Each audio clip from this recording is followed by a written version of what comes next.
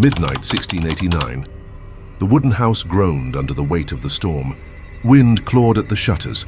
Rain hissed against the roof, but louder still was the bubbling of oil, thick and furious, spitting firelight across the walls.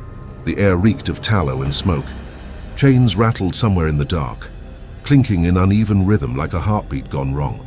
A lullaby drifted, faint and broken, carried by a trembling voice. Then screams cut short as if swallowed whole. Silence followed, heavier than thunder. It was said that on that night the fire itself turned witness. No prayer could save them. No cry reached heaven. Morning broke with a low fog stretching across the tidewater fields. Tobacco leaves shivered under the weight of dew, their edges curling like tired mouths. The plantation breathed in rhythm with the land, chains dragging, footsteps pounding, the crack of a whip slicing the mist. From the ridge, the great house watched. Its wooden bones sagged, but its windows glittered with imported glass hauled from across the sea.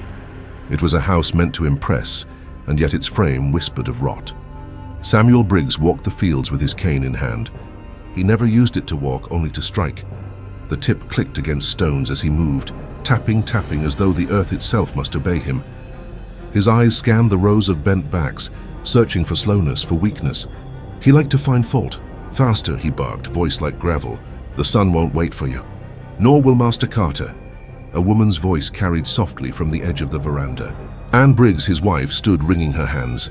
The fabric of her apron darkened from her constant nervous twisting. She watched her husband, watched the laborers, but spoke to no one. Her eyes, however, never missed a detail. "Samuel," she called, her tone cautious as though each word might shatter. "The fog's lifting. You'll see more than you want to if you keep staring so hard." He turned sharply. "Best to see everything," he muttered. "That's how a man keeps order." His cane struck the ground again, punctuating his authority. They stood in silence for a moment, the sound of chains dragging filling the gap between them.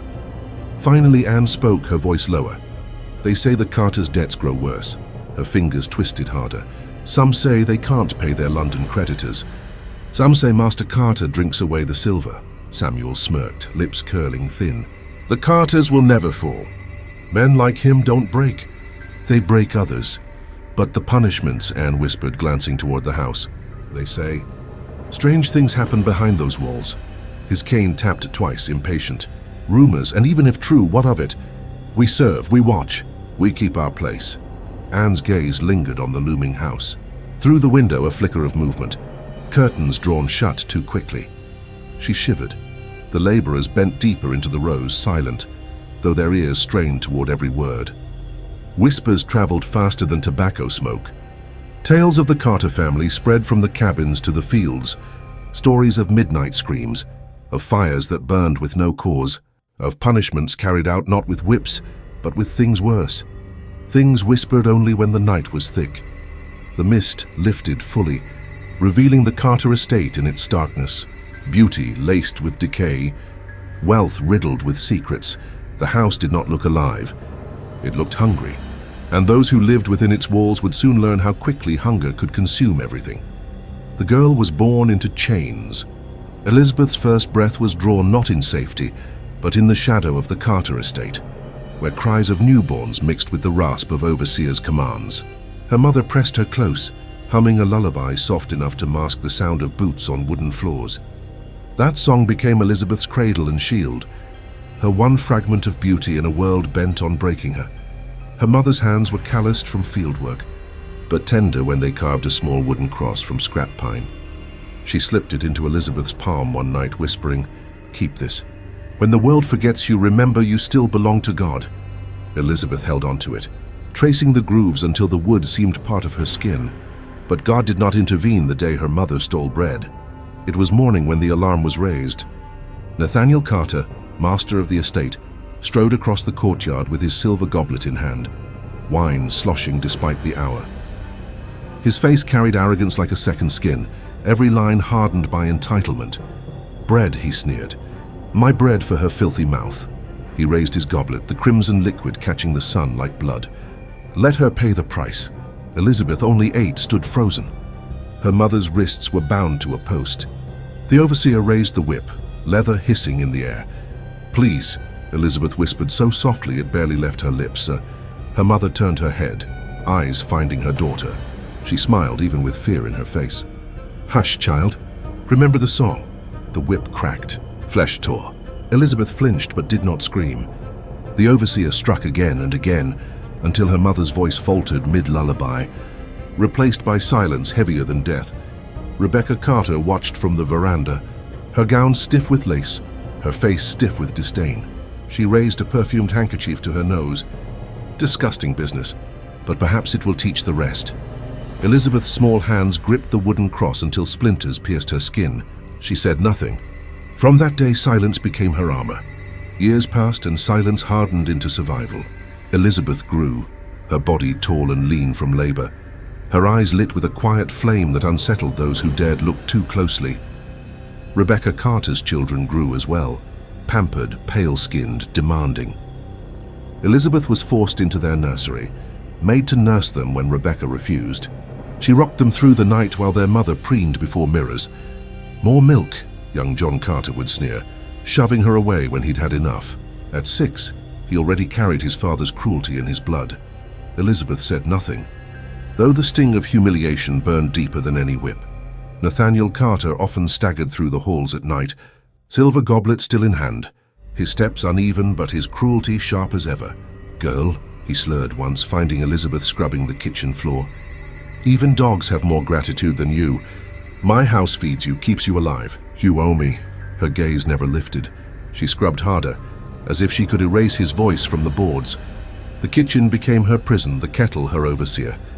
The cooks whispered warnings. When oil sizzled in the pot, someone was about to suffer. Sometimes it was used for food, sometimes for punishment. Elizabeth learned to recognize the sound, that serpentine hiss, as a prelude to pain. At night, when the house fell quiet, she sat by the fire with the wooden cross. The lullaby rose again, not from her mother's lips but her own, sung in whispers to keep the memory alive. Anne Briggs, timid wife of the overseer, once saw Elizabeth rocking Rebecca's youngest child in the dark. She paused, wringing her hands as always. "You sing so sweetly," she murmured. "Sweeter than the mistress herself."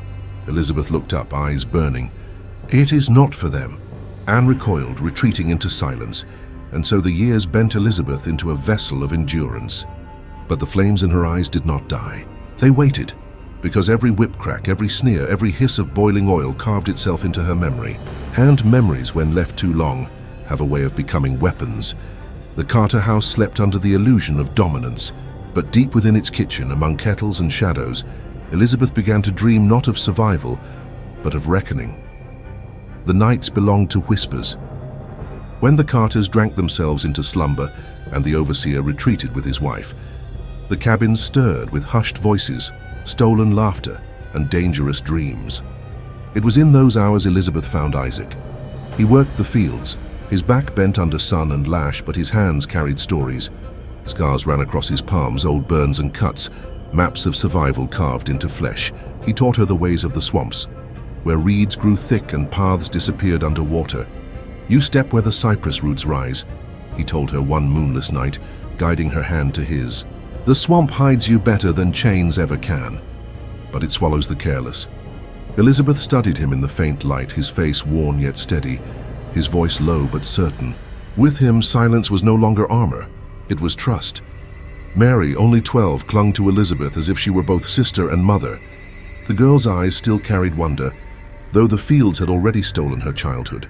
She followed Elizabeth like a shadow, her questions endless. "Do you think we'll ever leave here?" Mary asked once as they scrubbed pots in the kitchen. Elizabeth paused, the hiss of boiling oil filling the air between them. "Someday. Will there be songs there?" Mary pressed, eyes wide. "There will be more than songs," Elizabeth whispered, though her heart beat with the weight of doubt. Isaac joined them later that night by the fire pit, his voice husky from long days of labor. "You dream too loudly," he told Elizabeth, eyes sharp on her face. "And you dream too softly," she replied. He chuckled, shaking his head. "I want to live, Elizabeth, not burn out. If we're careful, we might see another spring." Her gaze hardened. "I've seen springs. I've seen whips. They don't change." He reached for her hand, rough palm against her slender fingers. He lifted it slowly, reverently, and pressed his lips against the back. "You're more than they'll ever be," he murmured. Her breath caught, heat rising through her chest. For the first time since her mother's death, she let herself close her eyes and believe. But belief was fragile. One evening, Elizabeth hid scraps of bread under the floorboards of the kitchen, food meant for Mary, whose belly had grown thin with hunger. She thought herself unseen. Yet the next morning, Samuel Briggs stormed into the quarters, cane slamming against the doorframe. His eyes narrowed on Elizabeth. "Bread's gone missing again." The others froze silent. Elizabeth's hands clenched the wooden cross in her pocket. She said nothing, then a child's voice betrayed her. A boy no older than 10 stepped forward, fear twisting his words. She took it." "I saw her." Elizabeth's heart lurched. She met his eyes, but he looked away. Briggs's cane struck her shoulder, sending her to her knees. "Thief!" he spat. Ungrateful wretch. The punishment was swift, lashes across her back, the sting searing deeper than the skin. Mary cried out, but Isaac pulled her close, whispering, "Don't look, child. Don't make her shame worse." When it was done, Elizabeth staggered back to her feet, blood soaking her shirt. She did not cry. She did not plead. But something inside her shifted, a crack widening into a chasm. That night, Isaac sat beside her in the shadows. His hand brushed against hers, but she pulled away. "Why didn't you tell them the truth?" he asked softly. Her voice was steel. "Truth does not matter here." Mary curled against her side, whispering, "You're still my protector." Elizabeth held the girl close. Though her eyes blazed with a fire no lullaby could calm, trust had been shattered. The boy's betrayal carved deeper than the whip. From then on, Elizabeth carried her secrets tighter, locking them behind silence once more. But in the dark, with Isaac's scars and Mary's innocence beside her, the dream of freedom sharpened, no longer a whisper but a blade. The sun hung heavy over the fields, its light sharp as knives when the missing tobacco was discovered. A single bale unaccounted for. To Nathaniel Carter, it was not loss of crop but insult. His silver goblet swung from his hand as he stormed into the yard, wine spilling down his shirt like a crimson stain. "Find me the thief," he roared, voice echoing off the great house. "No man steals from Nathaniel Carter and lives." Samuel Briggs pushed Isaac forward, cane pressed hard into his back. "This one, master." Strong arms, always restless. Who else could carry such weight unseen? Elizabeth's heart froze. She had seen Isaac that morning. His hands blistered from labor, his eyes tired but honest. He had stolen nothing. Isaac lifted his chin. "I took no bail," Nathaniel sneered. "Then prove it with your blood." From the edge of the courtyard, Anne Briggs twisted her hands, whispering, "Samuel, enough." But her husband ignored her. The enslaved gathered in silence, eyes cast downward, though their ears caught every word. Fear spread through them like wildfire. Nathaniel gestured broadly, goblet flashing in the sun. "Theft festers like rot. If we let one man steal, the whole plantation turns to carrion. He dies here today." That was when Thomas Calhoun arrived. The neighbor rode in on a pale horse, smirk carved into his face. He dismounted slowly, dusting his coat as though violence were a spectacle worth savoring. "Ah, Nathaniel," he drawled, voice dripping with mockery. "I heard your bales shrink in the night. I thought perhaps your cellar rats had grown bold." Laughter rippled from his lips alone. He leaned close to Nathaniel. "Whip him slow. Make it last. Fear's a stronger crop than tobacco." Elizabeth's stomach turned at his words, bile rising in her throat. The overseer raised the whip. Leather cracked through the air, striking Isaac's back with a sound that split flesh from spirit. He staggered, blood already blooming. Elizabeth stepped forward, unable to stop herself. "He didn't." Nathaniel's gaze pinned her, cold and sharp. "Silence, girl, or you'll share his fate." Isaac's eyes found hers. Sweat and blood streamed down his face, but his voice was steady. "Elizabeth," she trembled, fists clenched. "Isaac," the whip struck again, louder, crueler. He gasped, but did not fall. "Remember," he whispered through broken breath, "fire burns chains too." The overseer swung once more. The lash tore deeper, and Isaac's body collapsed into the dirt, his blood soaking into the earth as though feeding it. For a moment, silence reigned. Only the flies dared move. Then Nathaniel lifted his goblet in triumph. "Let this be a lesson. Theft brings death. Obedience brings life." He drank deeply, wine staining his lips like blood. Thomas Calhoun clapped slowly, smirk widening. "Fine work, Carter. Your name will never be mocked so long as your whip is steady." But in the cabins, in the fields, in the kitchens, whispers already spread. Isaac's death was not warning, but prophecy. Men and women spoke his words under their breath, fearful yet reverent. Fire burns chains too. Elizabeth knelt by the spot long after the others had gone. The dirt was dark with Isaac's blood, warm still beneath her palms. Mary crept to her side, tears streaming silently. Elizabeth lifted her face, no longer softened by grief but hardened by flame. Her silence had been her shield. Now it became her weapon. The Carter house stood tall against the sky, but for Elizabeth, its walls already burned. The nights grew sharper after Isaac's death. Elizabeth no longer dreamed of freedom. She dreamed of fire. In the kitchen, where kettles hissed and oil sputtered like snakes, she began her secret work.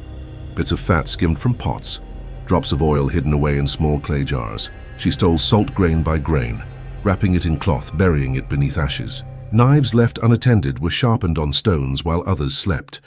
Each sound of steel against rock carried the echo of her mother's lullaby. Ruth noticed first. She was older than Elizabeth by a few years, her hair always tied back in a frayed cloth, her eyes darting with suspicion. "What are you doing with all that salt?" she asked one night, voice hushed, hands deep in dishwater. Elizabeth did not look up. "Recipes," Ruth snorted. "Recipes don't hide in the floorboards." Their eyes met and something unspoken passed between them. Fear on one side, fury on the other. Ruth said no more, but she did not tell. Ezekiel, the old storyteller, came to Elizabeth one evening as she sharpened a blade outside the cabins. His back was bent, his beard white, his voice cracked with years of whispers and warnings. "Child," he said, settling on the log beside her, "I know that look. It's the same look I wore once." Elizabeth did not pause the rhythm of stone against steel. "And what did it bring you?" "Graves," Ezekiel replied softly. "Too many to count. Revenge burns hotter than fire, but it leaves only ash." Elizabeth stopped at last, her reflection a glint on the knife's edge. "Ash is better than chains." Ezekiel sighed, shaking his head, but said no more. By day, Elizabeth endured humiliation under John Carter, Nathaniel's eldest son. John strutted through the halls as though the estate were already his, cane tapping like Samuel Briggs's, but heavier, crueler. He was his father's shadow sharpened into something meaner. "Fetch me water, girl," he barked once, tossing his boots in her path. "And clean those while you're at it." "Shine them till I see my face." Elizabeth bent low, hiding the hate in her eyes. "Yes, Master John," he sneered, satisfied, and strutted off, never noticing the knife she had hidden beneath her apron. The first near catch came with Samuel Briggs. Elizabeth was in the pantry, slipping a jar of oil into her skirt when the door creaked open. The cane tapped once on the stone floor. "What are you doing in here, girl?" Briggs's voice cut sharp. Elizabeth turned slowly, hands behind her back, heart pounding. "Looking for salt." "Mistress wanted it." He stepped closer, eyes narrowing. "Show me your hands." Her palms opened, empty save for a pinch of salt. She let it trickle through her fingers onto the floor. "See?" Briggs studied her for a long moment, suspicion simmering. Then he grunted, slamming the cane against the shelf. "Be quick about it next time."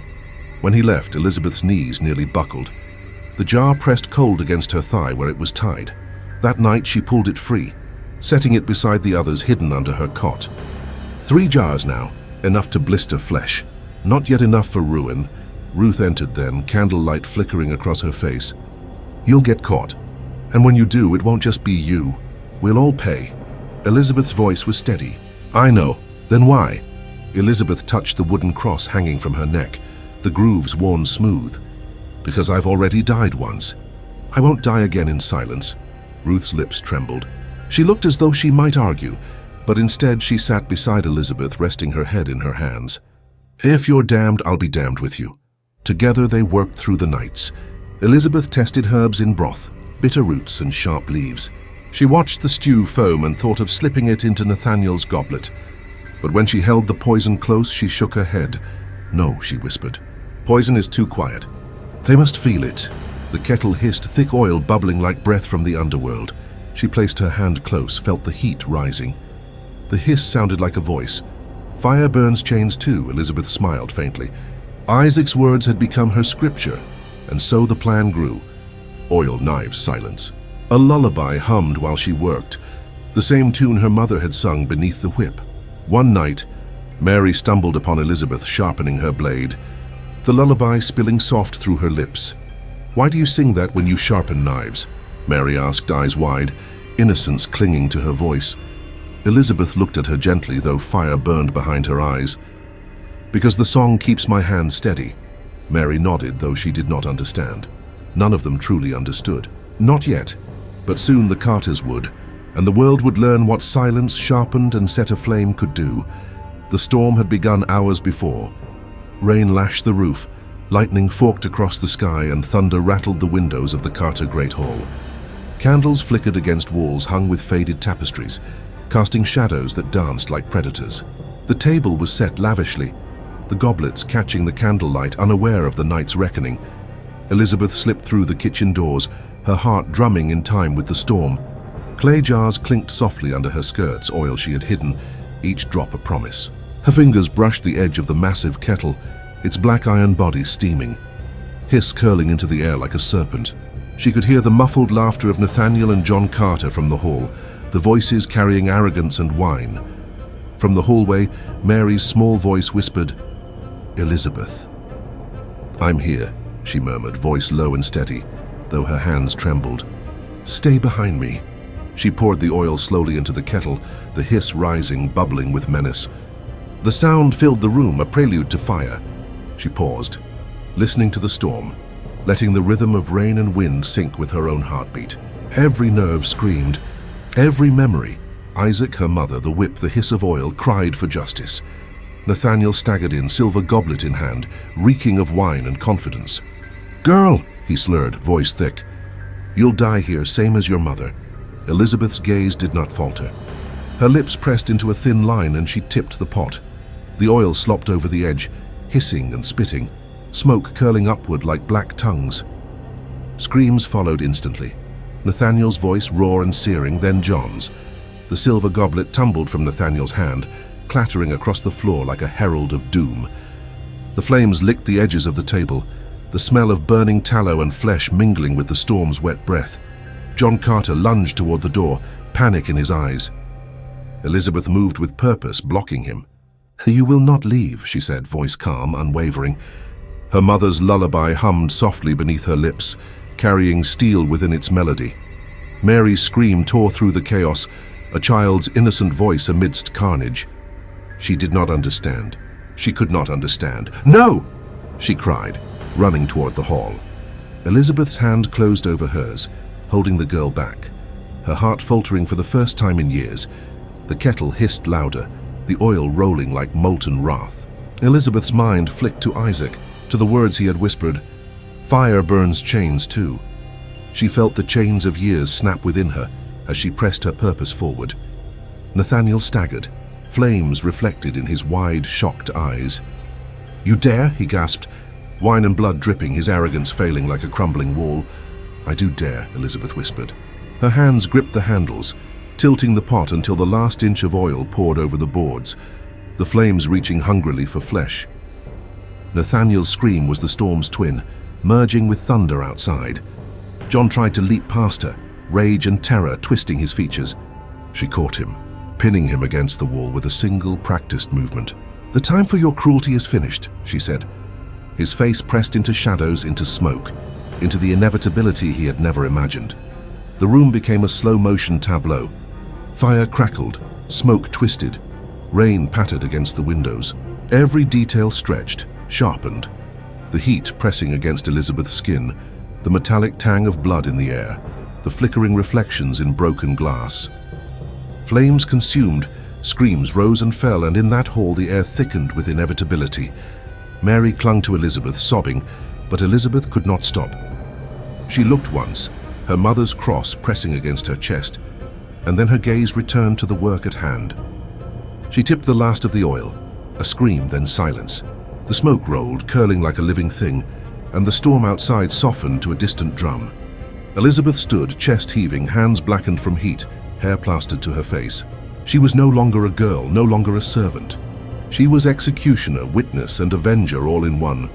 John Carter lay slumped against the wall, Nathaniel Carter's silver goblet shattered at his side.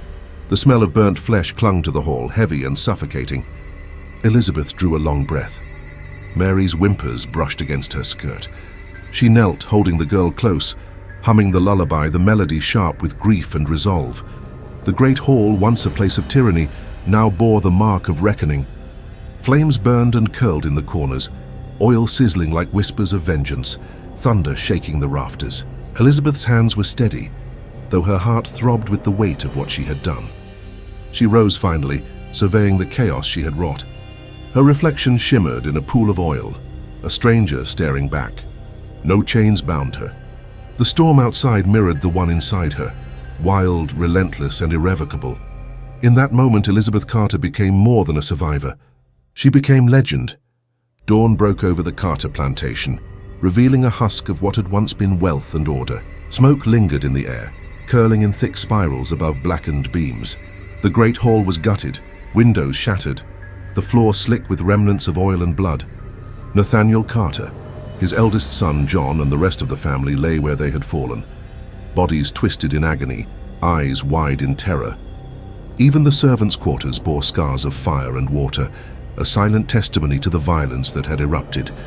Neighbors arrived cautiously, the storm long gone, but the sense of dread lingering. Whispers spread, did she truly do it? No one escapes the wrath of a Carter. The sight of charred wood and broken glass left some shaking in awe, others recoiling in disgust. Samuel Briggs stood among them, cane in hand, eyes scanning the ruins, as if trying to find himself reflected in the destruction. He cleared his throat and raised his voice. "Savage cruelty," he announced to the gathering crowd. "It is nothing less than witchcraft." She struck without mercy, like a demon in human form. The woman, brought death to every Carter alive. Anne Briggs clutched her hands to her chest, her face pale as linen. "It is monstrous," she whispered, looking away from the ruin, away from the burned bodies. Among the enslaved, fear and fascination mingled. Mary clung to the other children, whispering Elizabeth's name almost reverently. She did it," they said quietly. "She burned them. She made fire her weapon." Ezekiel, old and bent, watched from the shadows, cane pressing against the dirt. His eyes were wary, but there was a glimmer of pride beneath the caution. "Fire burns chains too," he muttered, repeating the words that had become prophecy. Colonial authorities arrived within days. The court convened under a grey sky, the wind slicing through the makeshift scaffolds erected in the town square. Elizabeth was brought in shackles, her hands bound, her head held high. The same wooden cross her mother had carved hung from her neck, worn smooth against her chest. The prosecutor spoke first, voice booming. "This is the most egregious act of murder and rebellion our colony has yet witnessed. The Carters were pillars of civilization. Their deaths..." Elizabeth's eyes were calm, voice steady when she finally spoke. "I boiled no men. I boiled their sins." A murmur ran through the crowd, some in shock, others with grim fascination. Nathaniel's silver goblet, now charred and broken, had been brought as evidence. Flames seemed to cling to it even in testimony. Samuel Briggs took the stand, weaving a tapestry of horror. "She acted without warning, without reason," he said. "No one, not even the devil himself, could have imagined such cruelty. The smell of oil, the screams. It is burned into my memory." Anne Briggs shivered, nodding quietly. Her hands, once ringing constantly, now trembled as she folded them in silent prayer. Outside the courthouse, the enslaved watched, their silence heavy with meaning. Some whispered Elizabeth's name like a prayer, others like a curse. They knew the price of defiance, yet even in fear, a seed of awe had taken root. The sentence was swift, hanging, public. The scaffold erected in the center of the town square, ropes coiled, the platform waiting like a black promise. Elizabeth climbed without hesitation, her wooden cross against her chest. The rope creaked as it was placed around her neck, an eerie echo like chains breaking across years of toil and oppression. She did not flinch. She did not beg. Mary, hiding among the crowd, cried softly, clutching Ruth's hand. Ruth, older now, eyes glimmering with both pride and sorrow, whispered, "She gave them justice as she could." Elizabeth raised her chin, gazing out over the sea of faces. The wind tugged at her hair, storm clouds threatening above, and for a moment, the lullaby rose again from her lips, soft, defiant, and unwavering. "Remember me," she said, voice carrying across the square, "for I was more than you saw. I boiled no men. I boiled their sins." The trapdoor swung open. The rope tightened, creaking again, and then silence, broken only by the shuffling of feet, the gasp of onlookers, the distant hum of the wind across the fields. Her body hung still, a final testament. But her story did not end there. The townsfolk whispered for years, some in fear, others in awe. Tales of Elizabeth Carter grew taller with each telling. Some said she vanished from the noose, that the swamp had claimed her. Others swore the smoke of fire followed her, a living mark of vengeance. And in cabins across the plantation lands, the lullaby echoed softly, a warning and a memory both. The Carters were gone, their wealth and arrogance reduced to ash. The overseers tried to spin the narrative, to claim control, but the truth had already rooted itself. Elizabeth's defiance had become legend, her fire immortal in the minds of those who survived and those who whispered her name in the dark. The plantation lay silent, scarred by oil, fire, and blood. But in every whisper, every tremble of the chains, and every quiet hum of a lullaby, Elizabeth Carter lived on. Long after the rope had snapped and the crowd dispersed, Elizabeth Carter's name drifted like smoke through the Tidewater countryside. In the cabins hidden among cypress and willow, mothers hummed lullabies spiked with whispers of fire and vengeance. The Woman of Fire, they called her, voice low as if speaking too loudly would summon her wrath, or perhaps their own. Children pressed ears to the walls, eyes wide, learning early that power could dwell in silence, in patience, and in fury. The colonial authorities worked tirelessly to suppress the story. Court records minimized it, calling it demonic rebellion and warning that to recount it publicly was to flirt with sin. Church sermons condemned her as possessed, a warning that defiance would summon ruin upon any who dared follow. Yet suppression only fed fascination. Tales traveled faster than law, growing sharper in shadowed corners. In taverns and inns, the story took on life of its own. One barkeep, fat and jovial, leaned across his counter, voice dripping with blood and exaggeration. "Did you hear?" he would ask travelers. "That wretched girl. She boiled the Carters alive in their own hall, screamed while the walls shook, and vanished into the swamp before the rope could claim her." Patrons shivered, coins clinking into his hand. Some swore after a drink or two that the flames still whispered her lullaby at night. In sermons, an unnamed preacher wove her into parables of judgment and reckoning. "Behold Elizabeth," he said, voice rising above the pews, "for she was neither forgiven nor forgotten. She was fire, and fire cleanses what man's cruelty corrupts," the congregation murmured. Children hiding under their mothers' skirts learned that courage could be both dangerous and righteous. She became symbol, myth, and moral all at once, a reminder that tyranny leaves traces, and vengeance once born cannot be entirely restrained. Stories multiplied and mutated. Some said she had boiled every Carter alive, leaving not a soul to curse the land. Others whispered that she had slipped through the swamp, guided by Isaac's memory and the lullaby, to live unseen, untouchable, haunting the edges of tobacco fields and riverbanks. Hunters and travelers swore they glimpsed her silhouette by moonlight, a shadow among reeds, humming softly while firelight flickered in the distance.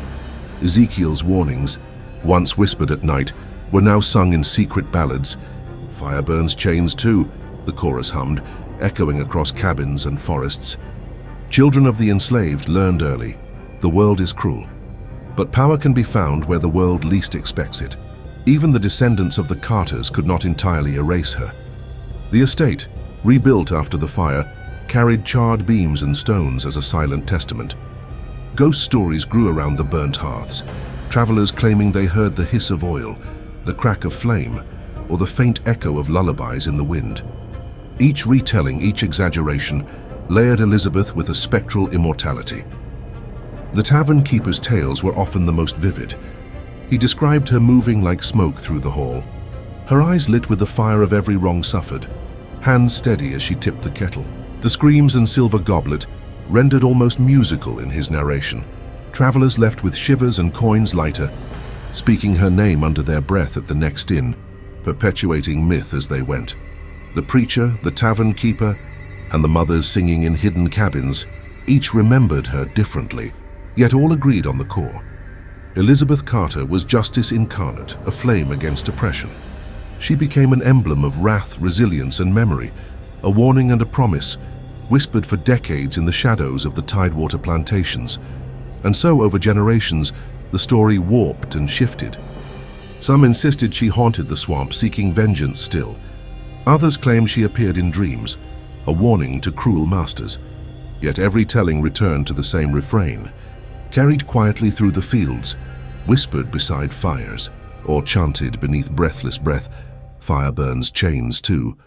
Elizabeth Carter's body had perished at the scaffold. But Elizabeth Carter, the woman of fire, lived forever in legend, in lullabies, and in the imagination of all who dared defy the chains of the world. History rarely waits for judgment. It does not pause to ask whether Elizabeth Carter was right or wrong, whether her hands were justified or stained beyond redemption. It only notes what remained, the scream of oil, the crackling fire, the silence that followed. Heavy as grief and awe, oppression breeds monsters and martyrs alike. It twists innocence into steel, lullabies into weapons, and children into witnesses to horrors no child should bear. Elizabeth's lullaby, once soft and tender in her mother's arms, became a hymn of vengeance. It carried the memory of pain, the echo of chains, and the promise that cruelty would not remain unchecked. Fire destroys and purifies. It consumes flesh, wood, and sin alike, leaving only ash and memory. In the great hall, in the kitchens, in the swamp where whispers told her story, the flames were both punishment and liberation. They erased the tyranny of the Carters, even as they immortalized Elizabeth. Her vengeance became a symbol, a story told in hushed tones and trembling voices, a reminder that silence can be weaponized, patience sharpened into power, and injustice answered with something far fiercer than compliance. And yet, there is no simple morality in her tale. Each retelling bends toward admiration or horror, legend or warning depending on the teller. The truth is fractured, like the shattered goblet left in the aftermath. What remains is memory itself, the fire, the hiss of oil, the lullaby, a record of a world that forced a child to choose between survival and obliteration, and a woman who chose to rise from chains into wrath. History does not ask if she was right. It only remembers the scream of oil, the silence after. If chains bound your hands, if cruelty stole everything you loved, if the world whispered that your voice meant nothing, what would you have done? Would you forgive the ones who crushed you under their wealth and arrogance? Would you flee into the shadows, praying for freedom and survival? Or would you rise with fire in your heart and vengeance in your hands and burn it all down? Elizabeth Carter chose fire. She chose defiance. And though her body was taken by the rope, her story survived, humming in lullabies whispered in cabins etched into memory. It reminds us that injustice does not end quietly, and that courage, even born from pain, leaves a mark no empire can erase. Stories like hers haunt, inspire, and demand reflection. They are warnings as much as they are legacies. They ask us to question who we are, what we tolerate, and what price we pay for silence. If stories like this haunt and inspire you, subscribe, share, and keep history alive. Because these are not just legends, they are warnings. And history, like fire, waits for no one.